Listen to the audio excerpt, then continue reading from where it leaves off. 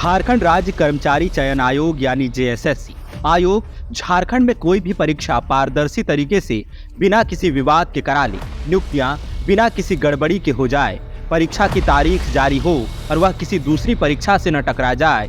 यह बात उतनी ही असंभव लगती है जितना कि बांग्लादेश में शांति, पाकिस्तान में डेमोक्रेसी और रूस और यूक्रेन के बीच मैत्री वार्ता। मैं तो कहता हूँ कि किसी दिन खगोलीय घटना में हेरफेर से शायद सूरज पश्चिम से उगने लगे, लेकिन जेएसएससी बिना विवाद की परीक्षा ले ही नहीं पाएगा।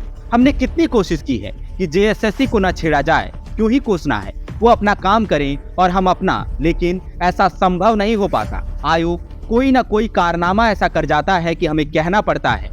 फिर जब हम कहते हैं तो आयोग कहता है कि देखिए कह रहा है, लेकिन क्या करें, कहना ही पड़ेगा। अब तो सरकारी नौकरी पर सरकार के डायलॉग भी याद हो गए, यही कि जल्द ही हजारों नियुक्तियां होने वाली, जेएसएससी और जेपीएससी से वैकेंसी आने वाली।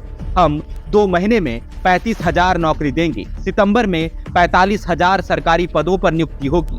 1.5 लाख नौकरी दे दी, 3 लाख और देंगे। और सच क्या है, उनका आयोग 8 साल में 17 बार एक ही परीक्षा को टाल चुका है। अब देखे ना, आयोग ने सीजीएल परीक्षा की कंफर्म तारीख जारी कर दी, कहा कि 21 और 22 सितंबर को पक्का परीक्षा लेंगे। अभ्यर्थी तो अभ्यर्थी, हम सब भी खुश हो गए कि चलिए अब तो कोसना नहीं होगा। आयोग ने तारीफ लायक कोई तो काम किया, लेकिन नहीं, पता नहीं किसे हमारी ये खुशी नहीं सुहाती।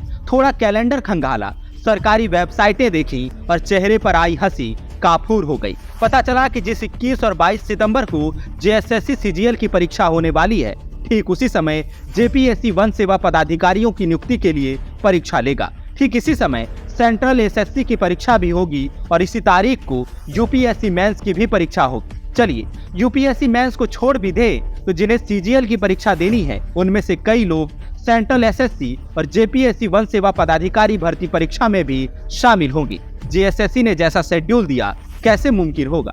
हाँ, आयोग के लिए कुछ भी मुमकिन हो सकता है। प्रमोद कुशवाहा को टीचर बनाकर 5 महीने सेवा लेकर झटके में कह सकता है कि सॉरी, टाइपिंग मिस्टेक से आपको जॉब दिया था, अब गुड बाय कहते हैं। या फिर अनिल दांगी को उसके चयन की सूचना ही नहीं देता और इस बात को 1 साल से ज्यादा वक्त बीत जाता है।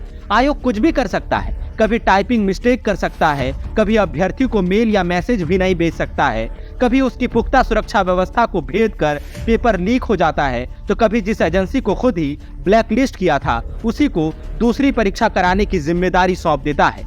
हो जाता होगा, बहुत बिजी रहते हैं, टेंशन रहता है, भूल गए होंगे। आखिर में इन तमाम गलतियों को देखने के बाद कह देने का मन करता है कि आयोग का ऑफिस है कि अजायब घर जहाँ कुछ भी मुमकिन है। अरे, इतना बेवकूफ तो बॉलीवुड का सिनेमा भी नहीं बनाता। जेएसएससी सीजीएल की परीक्षा की तारीख पहले भी 17 बार टल चुकी है। यह 18वीं बार आयोग ने तारीख जारी की है, लेकिन इसमें भी गड़बड़ी है। इस नियुक्ति परीक्षा का विज्ञापन साल 2015 में ही निकला था।